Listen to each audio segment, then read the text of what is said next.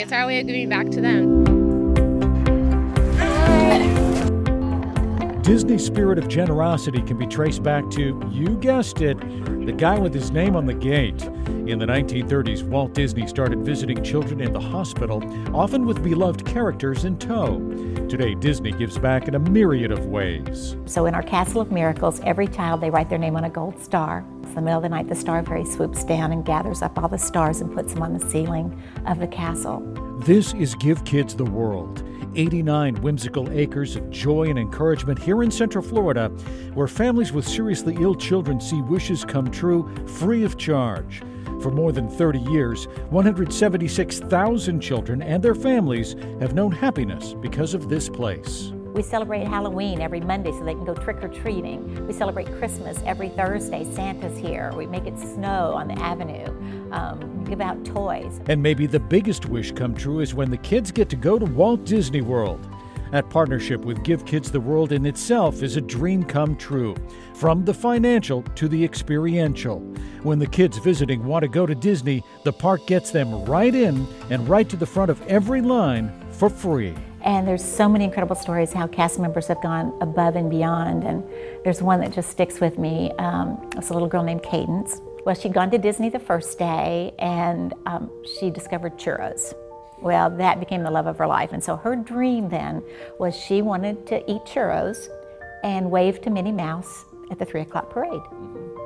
So sounds like a small order, right? But we've all been to the 3 o'clock parade. Now this is pre-pandemic.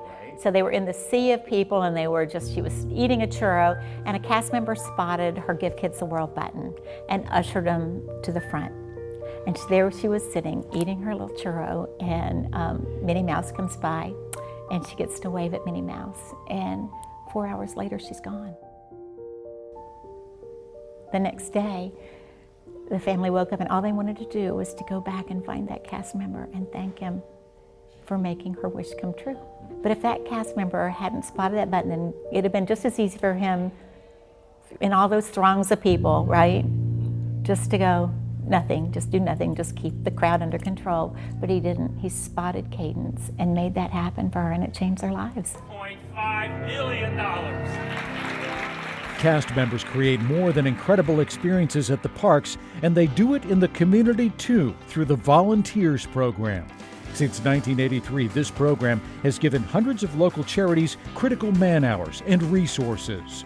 Disney employees have given countless hours to causes like feeding the hungry with the Second Harvest Food Bank of Central Florida and building backpacks for back to school with a gift for teaching.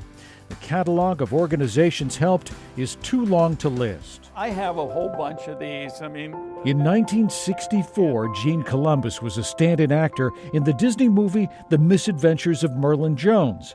And one morning, while getting coffee, he had a chance encounter that changed his life. I got my coffee and I put it aside and I was putting stuff in it. And the guy that got in line behind me, I turned around and looked at him. He put his cup down and says, "Hello, I'm Walt Disney."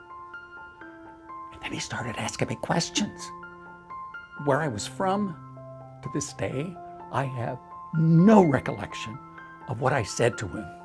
But I called him Mr. Disney and he said, "Call me Walt." Gene decided that day to hitch his wagon to Walt Disney's star, rising to top man in charge of huge productions for Disney. It's always been about a team and being a part of a group. Hiring thousands of cast members as manager of entertainment staffing.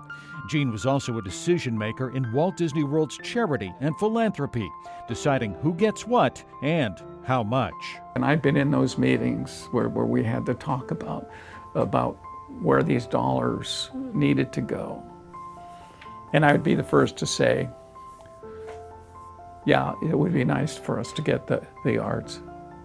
But if they're feeding people, clothing them, giving them a place to sleep, that's a much higher priority.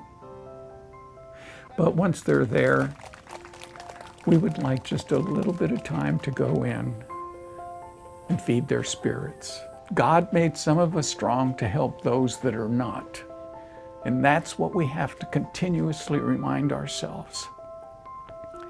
Our little effort can have a big result.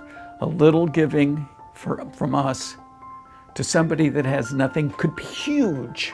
It's a philosophy straight from Walt Disney himself. We hoped that we could build something that would command the respect of the community. A truly gifted man who was always seeking out guests and cast members and all kinds of regular people, genuinely and intensely focused on what they had to say. And that's been the backbone of our whole business, catering to the family. Did Walt Disney ever talk about why he sought out people and so much and wanted to know what they thought?